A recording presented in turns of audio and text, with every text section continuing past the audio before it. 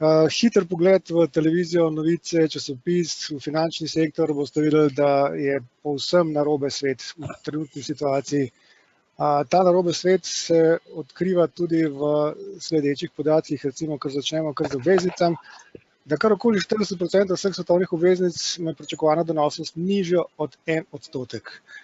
Pa to ni vse. Skupna vrednost obveznic pričakovana negativno donosnostjo prvič v zgodovini presega 13 bilijonov ameriških dolarjev.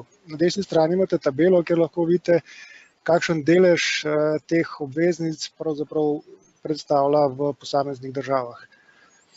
Pa če nadaljujemo naprej, pričakovana negativna donosnost ima kar 24% obveznic, ki se ponašajo z najboljšo bonitetno ceno Blue Chip Bonds.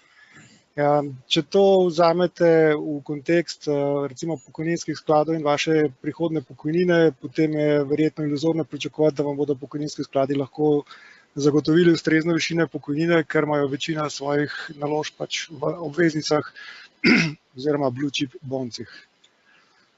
Pričakovana donosnost grške 10-letne državne obveznice je skoraj identična pričakovani donosnosti 10-letne ameriške obveznice. Ameriške obveznice so vedno slovele kot ena najbolj varnih zatočišč za premoženje. In tudi, če pogledate bonitetno oceno Združenih držav Amerike ali pa bonitetno oceno Grčije, boste ugotovili, da je enormna razlika med njima, medtem ko 10-letne državne obveznice tega sploh ne izkazujejo. Se pravi, na glavo svet.